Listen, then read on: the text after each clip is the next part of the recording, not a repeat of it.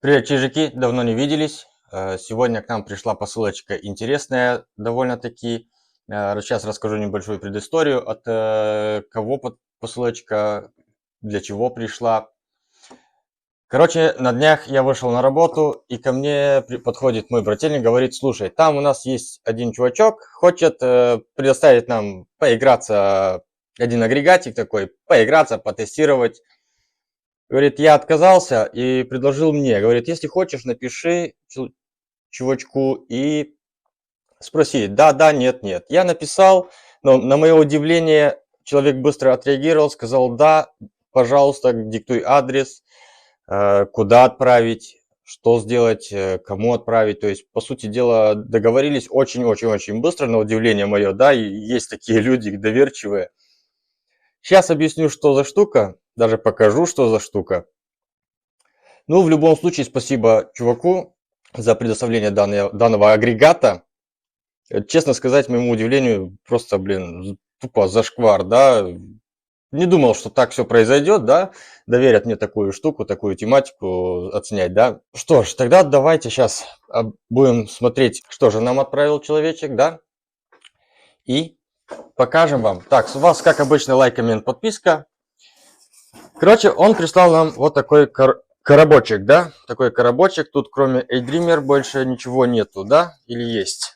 Или есть? Ага, вот есть. A-Dreamer Aries Box 10 Color Black 8 гигабайт. Не, это не то. Короче, тут уже немножко по стандарту шла данная штука 8 гигабайт ОЗУ, 512 гигабайт ПЗУ. Ну и он проапгрейдил это все дело до 32 гигабайтов ОЗУ. И также у нас тут стоит R7 AMD Ryzen 7 7840HS.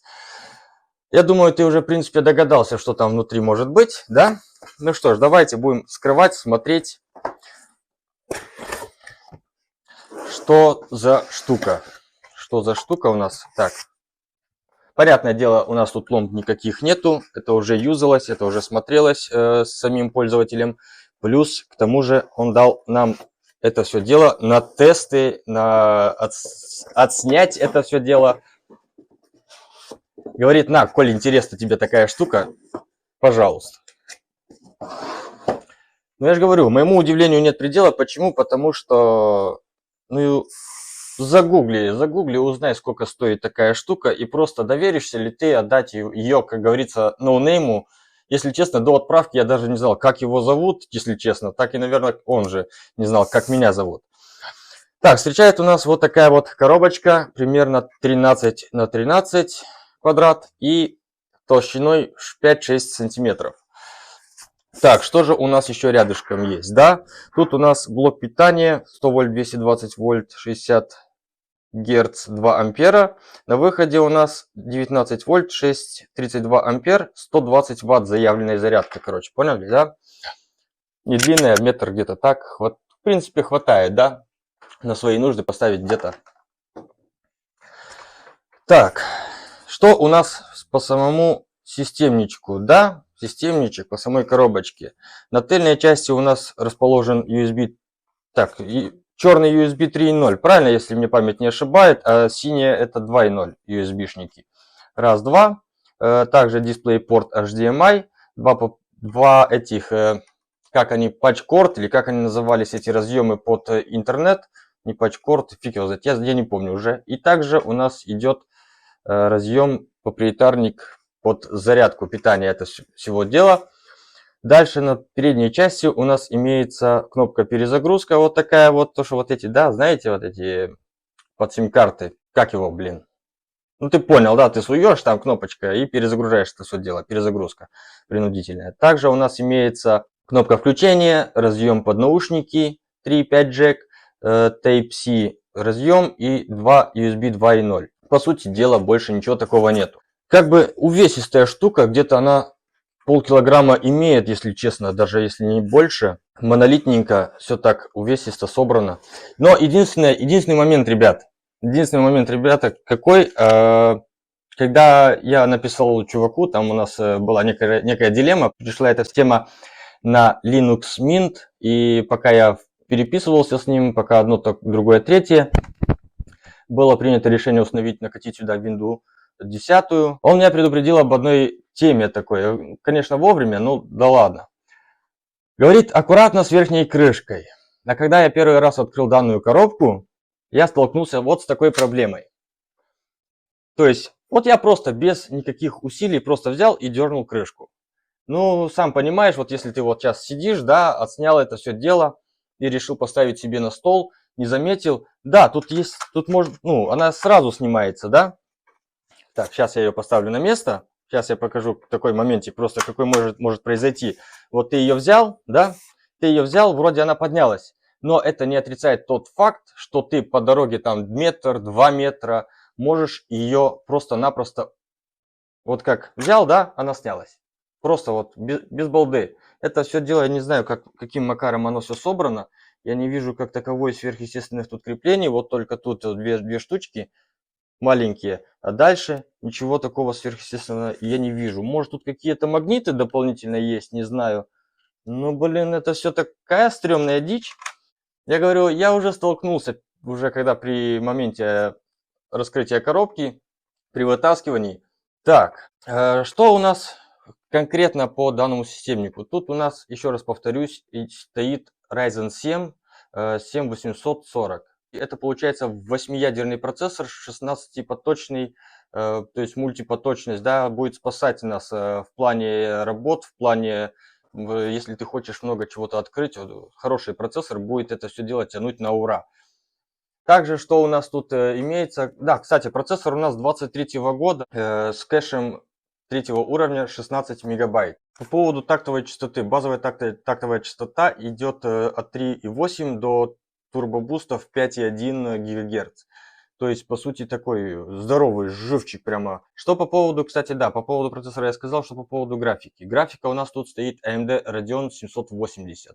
Тоже довольно-таки мощная штука. Из всех строек, что в данный момент имеется по сегодняшнее время. Почему самая мощная? Потому что кроме данной стройки, дальше там получается, вот, кстати, несколько вариаций. Вот когда ты вписываешь данные системные характеристики данного ПК, ты наткнешься, что по мини-ПК этих эта приспособа является на втором месте по своей мощности, да. Следующее там идет что-то на Intel Core i7, по-моему, 12600, чуть 12650, я не помню точно, но она имеет уже 3060 видеокарту. Стройка, по-моему, тоже. А эта приспособа идет на втором месте по своей мощности. Ну, я же говорю, все уже докладно будет показано в тесте в играх, чтобы ты удостоверился, что это такое и с чем его едят, так скажем, да. Что по цене данного агрегата, если кто спросит? Честно сказать, плюс-минус где-то в районе от $350 до $400. То есть, по сути дела, стоит он тоже своих денег, что я могу добавить к этому всему. Плюс, я же говорю, почему так варьируется цена, потому что он по базовой комплектации продается с 8 гигабайтами ОЗУ, а тут уже докинуто 32 гигабайта ОЗУ.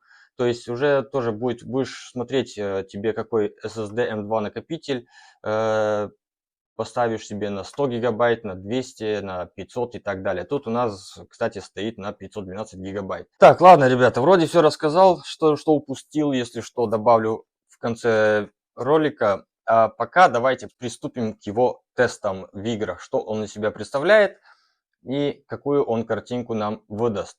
Будем все это тестить. Короче, киберпанки, вот ты понял, да, киберпанки, вот это онлайн составляющие игрушки, дотки, кски. Сейчас, короче, все увидишь. Что успел, то и накачал, то и проверил, то и осмотрел. Да, ну, переходим к тестам. Так, ребята, Marvel Rivals. Настройки на низкие, FSR на качество. Никаких ограничений по FPS и прочей фигни. Все вот как ты видишь на экране. Картинка в 1080. В итоге у нас имеется в более тихих местах FPS идет от 45 кадров и в замесах падает до 35. Как бы если поставить производительность, немножко картинка становится такой подуставшей, да, но в целом играться можно. И плюс-минус ты получаешь 55-60 кадров. Это проверено, просто я профукал тебе отснять чижику, да. конечном итоге, как ты видишь, именно в качестве просадки идут до 35 кадров. В принципе, вполне стабильно, играбельно. Можно, я же говорю, понизить на производительность, ультрапроизводительность, и ты будешь получать те же плюс-минус 60 плюс кадров, 55 кадров. То есть, как бы, по сути дела, на изи. Видеокарта у нас работает на 90 плюс процентов, но до сотки не доходит. И ЦПУ у нас просто 70 и отдыхает. То есть, по сути дела, 60 как бы не страшно, не критично. Поиграться, в принципе, можно. Ну, как-то так. Давай переходим к следующей игре. Один из душнил или же The Last of Us. Настройки 1080 низкие на ультра качество. И что мы в итоге получаем? Как мы видим, FPS у нас идет до 60 кадров. И в более таких шумных моментов, более ажиотажа, просадок идет 54-50 FPS. То есть, по сути дела, ты пройдешь себе игрушку свободно, спокойно, без никаких напрягов. Потому что игра тихая, вроде не предвещает беды, там никакой резкости, никакой этой самой, да, ну ты понял. По видеокарте у нас нагружена на 96-97%, то есть плюс-минус где-то в этом диапазоне. Процессор же у нас нагружен тоже в районе 97-95, вот сколько ты видишь, вот столько там и написано, да. И, то есть, по сути дела, все ровненько, все четенько, нагрузок слишком таких больших нету. Ну, в общем, как-то так. Plague Tale Requiem 1080, ультрапроизводительность, низкие настройки. И давай же смотреть, что мы получаем. А получаем мы вот что. У нас по FPS идет 40-45 кадров. По видеокарте у нас нагрузка идет 97%, что не критично, но видно, что упор идет в нее. А по процессору у нас 60-60 плюс процентов, то есть нагрузки, это вполне себе достойно для такого процессора. Ну, а что мы в принципе хотим от данного ПК? По сути дела, он же предназначен не для игр, а для большей части как для рабочей лошадки, да, но никак не для игр. Но если ты так сильно прямо желаешь, то можно и часок-другой сесть позалипать в что-нибудь. The Last of Us, Plague Tale, Marvel Rivals, то есть по сути дела, почему бы и нет. Вон мы видим моментами до 48 кадров, то есть по сути дела вполне норм. Dota 2 у нас следующая, настройки высокие, картинка в 1080, никаких там прочих FSR, да я думаю, что тут нахрен они не нужны. Ну да ладно. Так, вот что у нас в итоге получается. При старте у нас идет в тихом месте 80 кадров. Видеокарта у нас нагружена на 89%, то есть не самые потолки. По процессор у нас вообще отдыхает. Температуры не буду даже диктовать, вы сами все видите. GPU у нас 62-63 градуса, процессор 75, 76. То есть, по сути дела, не критично, ничего это, по сути дела, не затрудняет, вполне себе адекватно. И вот у нас в первых именно таких шумных местах картинка падает на 10 кадров, ну а в целом это не критично, это не прямо так страшно для данного ПК, то есть по сути дела со своей задачей 60 плюс FPS он выдает. Железно, ну и 70-70 плюс тоже выдает в тихих местах. По сути дела, вполне все играбельно, вполне все четко, вполне все нормально. Ну, по сути дела, ты видишь все сам у себя на экране. CS2 у нас. И вот что у нас по настройкам. Все как предложил дядюшка Steam. Ничего не менял. Как поставил, так и будет. Пускай. Что в итоге мы получаем? Мы получаем 80 плюс FPS. По сути дела, вполне себе хорошая картинка. Даже кого-то убиваем. Кроме того, что нас убивают, да, в основном. Что мы в итоге имеем по видеокарте и по процессору? По видеокарте у нас 89, 90, 90 плюс, то есть по сути дела нагрузка ощущается, но вполне себе нормально. Процессор у нас, процессор отдыхает, как обычно, 40, 46, 45, моментами до 49%, ну и не более. Видеокарта у нас получается выше 62, я как понимаю, у нас не греется никак. Процессор же у нас и 75 может показать, и 76, но опять же это не критично для данного компика. Рваный немножко FPS мы имеем 72, 75 до 90, то есть такой рваненький немножко FPS. Я не знаю, точно не стану догадываться, с чем это связано, но по сути дела мы имеем те же 60 плюс FPS. Поставь себе вертикалку, если тебе не хочется слишком гнобить видеокарту, и будет у тебя наоборот продлишь службу эксплуатации данного ПК. Так что как-то так, чижик. Так, ребятки, вот у нас Киберпанк, FSR ультра производительность, настройки низенькие, 1080 качество картинки. И давайте же смотреть, что мы будем в итоге получать. А получаем мы ровным счетом 30 плюс FPS, моментами до 40. То есть, не знаю, насколько это нагруженное место, честно сказать. Я искал, там вроде как бы есть в Киберпанке нагруженное место, через которое все проезжают, и там видно просадок, то есть, по сути дела, от и до. Блин, я не нашел и не стал сильно заморачиваться, но в итоге вот что я получил. Я получил 30 плюс FPS моментами до 40. Ну, я думаю, что, по сути дела, это вполне тебе хватит чижику поиграть, чтобы хотя бы кое-как разобраться, что же такое киберпанк вообще, и чё почем, как бы. Что у нас по видеокарточке? Видеокарта у нас 97%, процессор же у нас 71%. То есть, по сути дела, нагрузка ощущается. Опять проц где-то плюс-минус выше среднего работает. А вот видеокарта у нас получается впритык практически, да, идет в упор. Ну, а в целом, смотрите сами, 35 30, то есть я же говорю, 30 плюс кадров. Как по мне, если ты хочешь сильно поиграться, если тебе это не мусолит глаза, то вполне себе реально поиграться. То есть даже 30 кадров, но они стабильные FPS, то есть видишь, да, все четко, без никаких просадков, без никаких глюков, заскоков. Картинка идет тупо ровненько, хоть и на 30 плюс кадров. Но, как думаешь, если что, пиши в комментарий. Может, я профукался где-то, не то в настройках выставил. Вот мы сейчас наблюдаем, 36, 38 кадров было.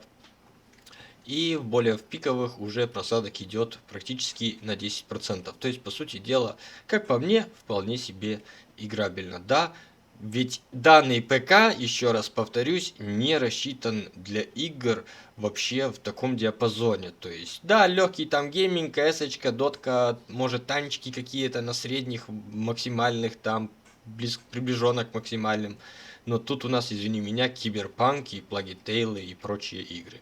Как бы, я думаю, что ПК вообще тупо превзошел все ожидания, которые он может, так скажем, дать. Как-то так. Итак, ребята, спустя пару дней мы его потестили хорошенько, посмотрели, на что он способен, и я остался довольно-таки даже удивлен результатами данного компика. Ведь вообще мне говорили, что типа The Last of Us он не потянет, а как мы увидели, 60 кадров он хорошенько так и выдает, то есть в пределах 55 до 60 кадров, что-то такое было. Если что, вы же там увидели, да, по сути дела. А как полагалось, мне говорили, что он не потянет он, но не потянет ни в какую. Киберпанк тоже вот сколько там было, до 40 кадров. Ну, ты увидел, короче, по тестам, что, по сути дела, он выдает. Да, в каждой игре, которую я отснял и показал, да. Единственный момент, то, что производительность теряется, когда захват экрана есть, да. Там буквально от 5 до 10 кадров, и то не в каждой игре можно это все лицезреть. Но не знаю почему, с чем это связано. Может, я так OBS настроил криво-косо. Да, я OBS записывал, если кому интересно. Может, я OBS криво-косо настроил. Может быть, ресурс брался с видеокарты, там, где она использовалась на 90 с копейками. Не знаю почему, но как-то так. Но, по сути дела, вы же не будете каждый день делать захват экрана или же стримить. Хотя данная штучка может и постримить, но не все, конечно, игры. Это, блин, не, вряд ли кто-то решится на данном компике стримить. А вот монтировать видео она вполне до 4К может вытянуть это все дело без проблем. В плане температур она очень холодненький такой компик такой, по сути дела, не перегревается, выше 70 точно у меня не подымался по градусам. Короче, вот такая вот штучка интересная. Единственное, ребята, пожалуйста, если вы все-таки купите данную штуку, аккуратно с верхней крышкой. Я не знаю, почему ребята вот так решили. Они же вполне его первый вот собрали, взяли его в руки, покрутили. Ну, по-любому же у них крышка отпала. Почему они так сделали, я не понимаю. Но реально, вы можете его так ушатать об пол, пока вы будете вот тот метр, вот у меня тут сейчас 2 метра, вполне свободно можете его ушатать в землю, в пол, просто-напросто разбить на ровном месте, да, или даже вот ты вытаскиваешь с коробки его, опять же, полметра, 30 сантиметров, 60 сантиметров, то есть упадет у тебя на стол, тоже неприятно, понимаешь, да? Не знаю, ну блин, как по мне, единственный косяк в данной приблуде это крышка.